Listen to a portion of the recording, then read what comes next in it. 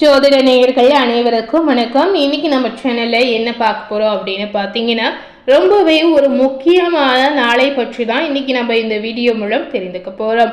அதாவது ஏப்ரல் 1ஆம் தேதி பங்குனி உத்திரமானது வருகிறது.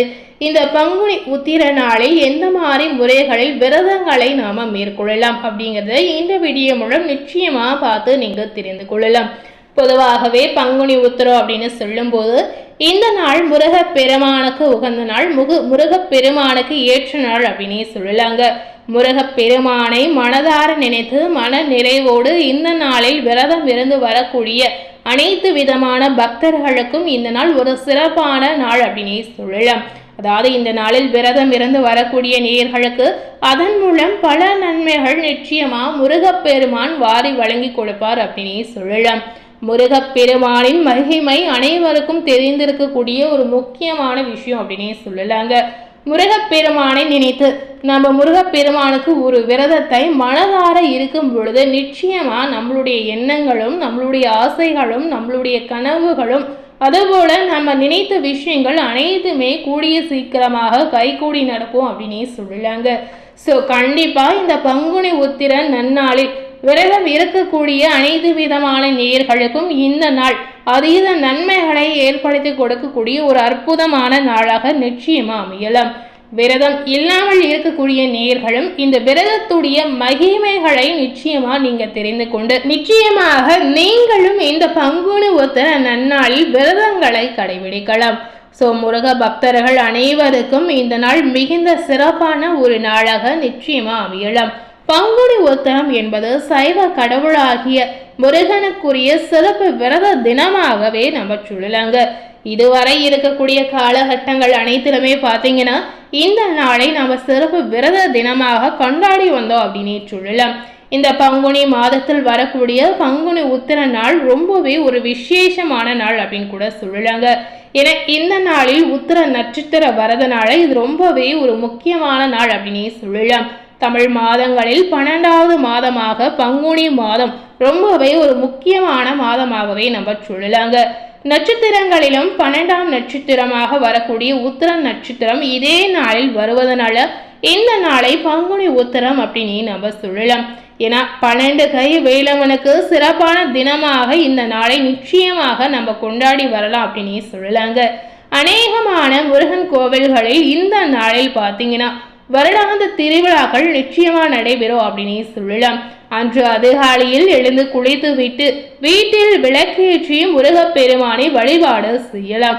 அன்று முழுவதுமே பார்த்தீங்கன்னா கந்த சஷ்டி கவசத்தை நிச்சயமா நீங்க படிக்கலாம். அதுபோலவே இந்த நன்னாளில் திருமுருகாற்றுப்படை, திருப்புகழ் போன்ற நூல்களை நிச்சயமா முருகப்பெருமானை மனதார நினைத்து நீங்க படிக்கலாம்.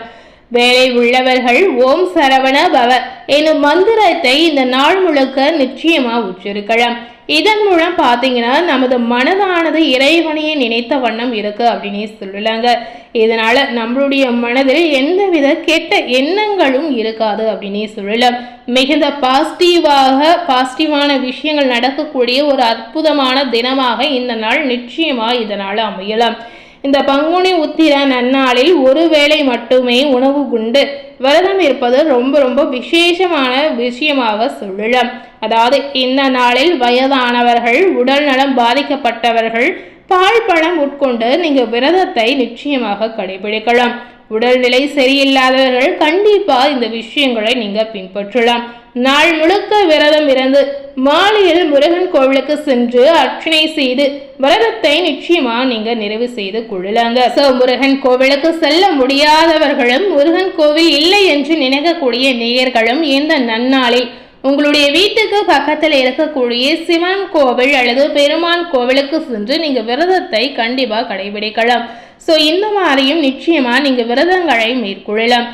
முருக கோவில் இல்லை அப்படின்னு நினைக்கக்கூடிய நேயர்கள் உங்களுடைய வீட்டில் இருக்கக்கூடிய பூஜை அறையில் இருக்கக்கூடிய முருகர் படத்திற்கு முன்பாக மனதார ஒரு தீபத்தை ஏற்றி மனதார நீங்க பிரார்த்தனை செய்து வழிபடலாம். இந்த மாதிரி விரதங்களையும் நிச்சயமா நீங்க கடைபிடிக்கலாம். ஸோ முருகப்பெருமானுக்கு பங்குத்திர நன்னாளில் விரதங்களை கடைபிடிக்கக்கூடிய அனைத்து நேயர்களுக்கும் கண்டிப்பாக இந்த விரதத்துடைய பலனாக நீங்க நினைத்த விஷயங்கள் உங்களுக்கு கூடிய சீக்கிரம் கைகூடி நடக்கும் அப்படின்னு சொல்லலாம். இந்த பங்குனி உத்திர நன்னாளில் இது போல நிறைய சிறப்புகள் இருக்கு அப்படின்னு சொல்லலாம். இந்த பங்குனி உத்திரமானது அனைத்து விதமான தெய்வத்திற்கும் ஒரு முக்கியமான நாள் அப்படின்னு சொல்லலாம். இந்த நாளில் அனைத்து விதமான தெய்வத்திற்கும் திருமணம் ஆகிய ஒரு முக்கியமான நாள் அப்படின்னு சொல்லலாங்க. பல தெய்வங்களுக்கு இந்த நாள் திருமண யோகம் நடந்திருக்கு அப்படின்னு சொல்லலாம். ஸோ திருமணம் ஆகாத நேயர்கள் கண்டிப்பா இந்த பங்குனி உத்திர நன்னாளில் முருகப்பெருமானுக்கு நடக்கக்கூடிய திரு கல்யாணத்தை பார்த்து வந்தீங்கன்னா நிச்சயமா உங்களுக்கும் கூடிய சீக்கிரம் திருமணம் கைகூடி நடக்கும் அப்படின்னு சொல்லலாம். ஸோ கன்னியாக இருக்கக்கூடிய பெண்களாக இருந்தாலும் சரி, ஆண்களாக இருந்தாலும் சரி, கண்டிப்பா இந்த உத்திர நாளில் இந்த விஷயத்தை நீங்க பார்க்கலாம். தெய்வத்திற்கு நடக்கக்கூடிய குழத்தை நீங்க பார்க்கும் பொழுது இதற்கு கோடி புண்ணியம் உங்களுக்கு சேரும் அப்படின்னு சொல்லலாம். இந்த புண்ணியத்தை நீங்க பார்க்கும் பொழுது கண்டிப்பா உங்க வாழ்க்கையில அடுத்த கட்டமாக நல்ல விஷயங்கள் நடக்கும் அப்படின்னு சொல்லலாம். திருமணம் ஆகாத நேயர்களுக்கு கூடிய சீக்கிரம் முருகப்பெருமானின் அருளால் திருமண யோகம் இதனால கூடி வரும் அப்படின்னு சொல்லலாங்க.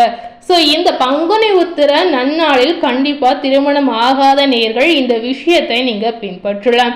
மனதார மன நிறைவோடு முழு நம்பிக்கையோடு இந்த விஷயத்தை நீங்க பார்த்து வரும் பொழுது நிச்சயமா உங்களுடைய எண்ணங்கள் அனைத்துமே நிறைவேறும் அப்படின்னு சொல்லலாம். முருகப்பெருமானின் அருளும் இதனால பரிபூரணமாக உங்களுக்கு கிடைக்கும் அப்படின்னு சொல்லலாம். முருகப்பெருமானின் அருள் உங்களுக்கு பரிபூரணமாக கிடைக்கிறதுனால கண்டிப்பா உங்களுடைய கனவுகளும் ஆசைகளும் உங்களுக்கு நிச்சயமா நிறைவேறும் அப்படின்னு சொல்லலாம். ஸோ மறக்காமல் முருக பக்தர்களாக இருக்கக்கூடிய அனைத்து விதமான நேயர்களும் இந்த உத்திர நாளில் இந்த விஷயத்தை நிச்சயமா நீங்க பின்பற்றலாம். இந்த நாளில் காவடி எடுக்கக்கூடிய அனைத்து விதமான பக்தர்களுக்கும் முருகனுடைய பரிபூரண ஆசீர்வாதம் நிச்சயமா கிடைக்கும் அப்படின்னு சொல்லலாம். காவடி எடுக்கக்கூடிய ஒவ்வொரு நேயர்களுக்கும் பார்த்தீங்கன்னா முருகனுடைய அருளால் உங்களுடைய எண்ணங்களும் நீங்க எதை நினைத்து காவடி எடுக்கிறீங்களோ அந்த விஷயம் கூடிய சீக்கிரம் உங்க வாழ்க்கையில நடக்கும் அப்படின்னு சொல்லலாங்க.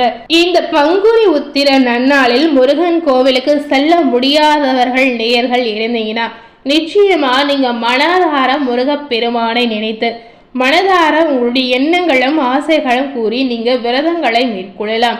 அதுபோல நிச்சயமா நீங்க விரதங்களை மேற்கொண்டு நீங்க முருகப்பெருமானுக்கு பிடித்த பாடல்களை நிச்சயமா படிக்க செய்யலாம்.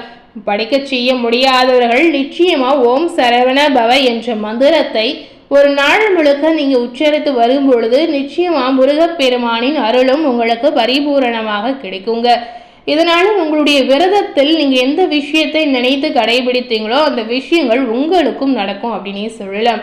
நீங்க வீட்டில் இருந்தபடியே நிச்சயமா இந்த விரதத்தை கடைபிடிக்கலாம். ஆனா நீங்க வீட்டில் இருந்தபடியே விரதத்தை கடைபிடித்து விரதத்தை முடிக்கும் போது நிச்சயமாக முருகன் கோவிலுக்கு சென்று விரதத்தை நீங்க முடித்துக் கொள்ளலாம்.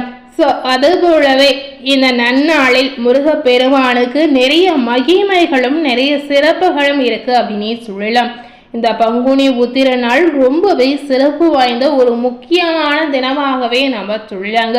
சக்தி வாய்ந்த இந்த நாளில் நாம இந்த மாதிரி முறைகளில் விரதங்களை மேற்கொள்ளும் போது முருகப்பெருமானுடைய அருளால் நமக்கு இரட்டிப்பு பலன் கிடைக்கும் அப்படின்னு சொல்லலாம்.